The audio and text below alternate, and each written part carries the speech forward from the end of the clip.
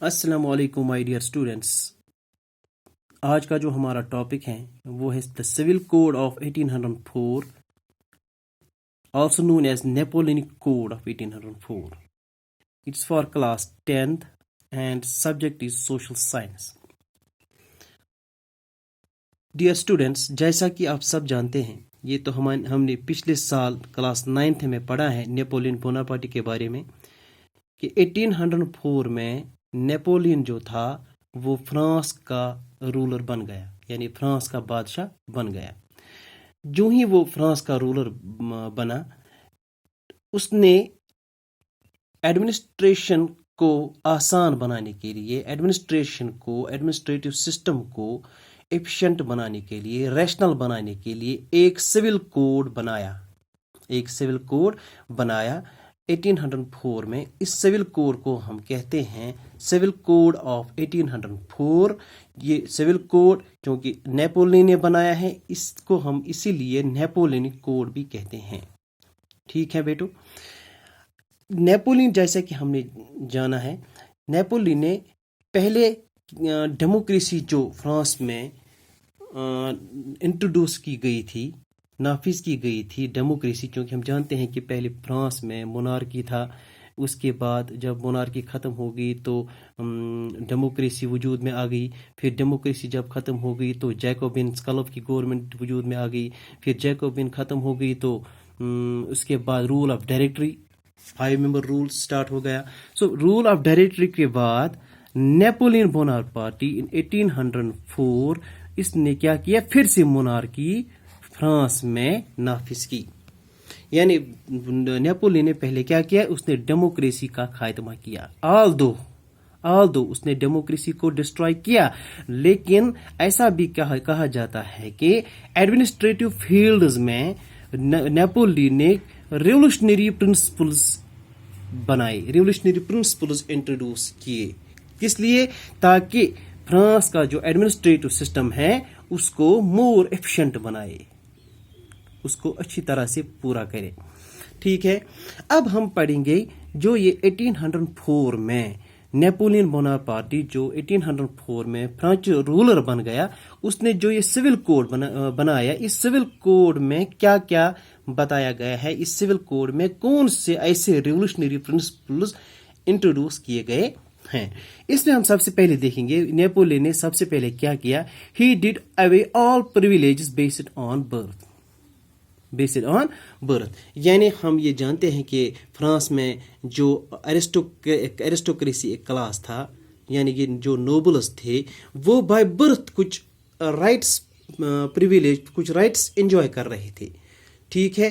جو یہ rights enjoy کر رہے تھے، جو ہی 1804 میں یہ نیپولین رولر آف فرانس بنا، تب اس نے سارے ان رائٹس اور سارے ان پریویلیجز کو ختم کیا، ان سے چھینا.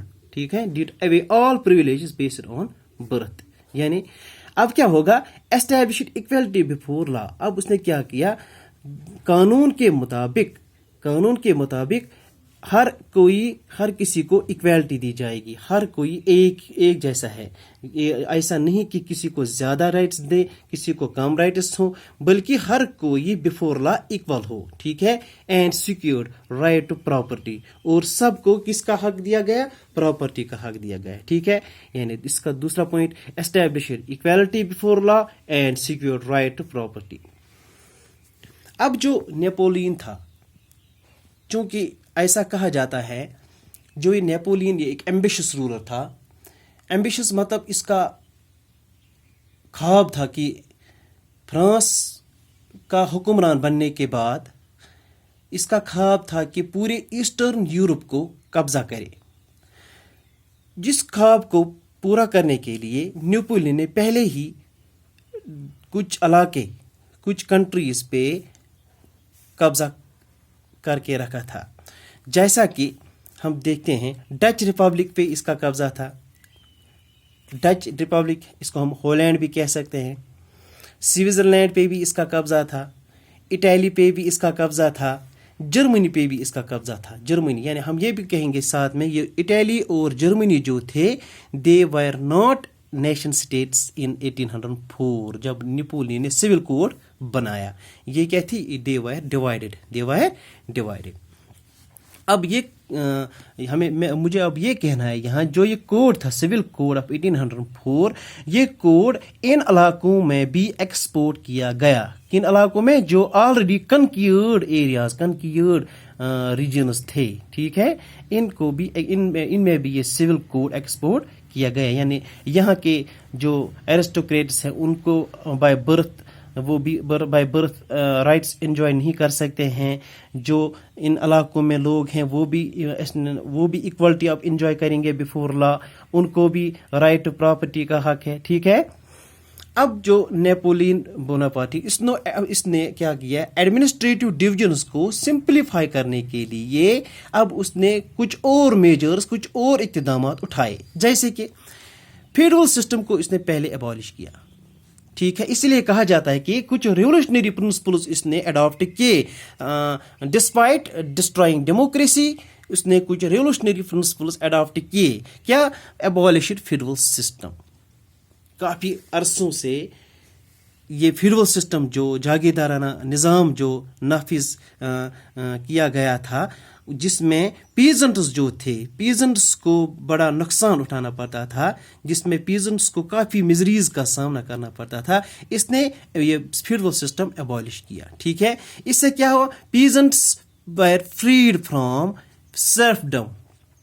Peasants were freed from serfdom and manorial dues.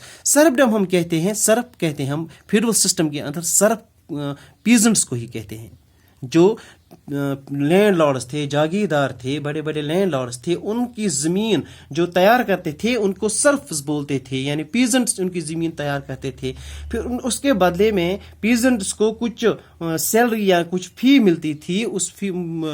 Us dues اس کو کہتے ہیں ہم موناریل ڈیوز یا مینوریل ڈیوز. یعنی manorial dues were sort of the salaries which were received by these serfs by the peasants under the feudal system. ٹھیک ہے. اب اس فیڈرل سسٹم کو نیپولین نے ایبالش کیا. اس کے علاوہ نیپولین نے کیا کیا؟ گلڈز ریسٹرکشنز جو ٹاؤنوں میں گلڈ ریسٹرکشنز تھے. گلڈ ریسٹرکشنز مطلب یہ ایک ایسا کلاس مرچنٹس گروپ تھا ٹاؤنز میں. کوئی ایک پرٹیکولر مرچنٹ گروپ جو تھا اس کو بادشاہ جو تھے وہ ایک مونوپولی رائٹ ان کو دیا کرتے تھے. مونوپولی رائٹ یعنی ان کو اس علاقے میں جس علاقے میں ان مرچنٹس گروپس کو مونوپولی رائٹس دیے جاتے تھے ان میں ان کو مکمل رائٹس ملتے تھے. یعنی ان کے علاوہ ان جگہوں پر ان کے علاوہ کوئی کاروبار کوئی ٹریڈ نہیں کر سکتا تھا. یہ جو مرچنٹس گروپس تھے ٹریڈرز گروپ جو تھے ان کو ہم گلڈز بولتے تھے. یعنی گلڈز کون ہوتے تھے؟ گلڈز ہم کہتے ہیں it's a group of traders. It's a group of traders who were given monopoly rights by the kings at many times. But what happened when Napoleon Bonaparte ascended the throne of France in 1804? What he did, he removed all these guild restrictions which were in these towns. In these, now every trader or every merchant was free to do his trade relations in any region. ٹھیک ہے. اس کے علاوہ ہم دیکھیں گے he improved transport and communication. Transport اور communication کو بھی بڑھاوا دیا گیا. Peasants workers artisans and new business men now began to enjoy new found of freedom. یہ اب آزادی کا لطف اٹھانے لگے. جو یہ پیزنٹس تھے، ورکرز تھے، آرٹیشنز تھے، نیو بزنس مین جو تھے. اس کے علاوہ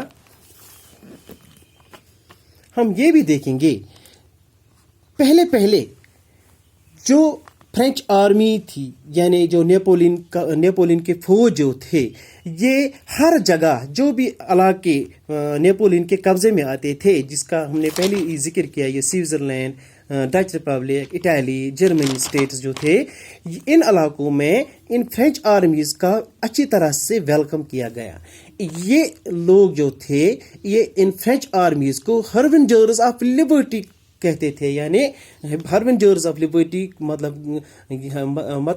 اس کا مطلب ہے جو لبرٹی، ہر کسی کو لبرٹی دینے آیا ہو، جو میسنجرز آف لبرٹی ہو. We can see the messengers of liberty. کوئی ایسا مسیح جو لوگوں کو آزادی دے، جو لوگوں کو آزادی دے.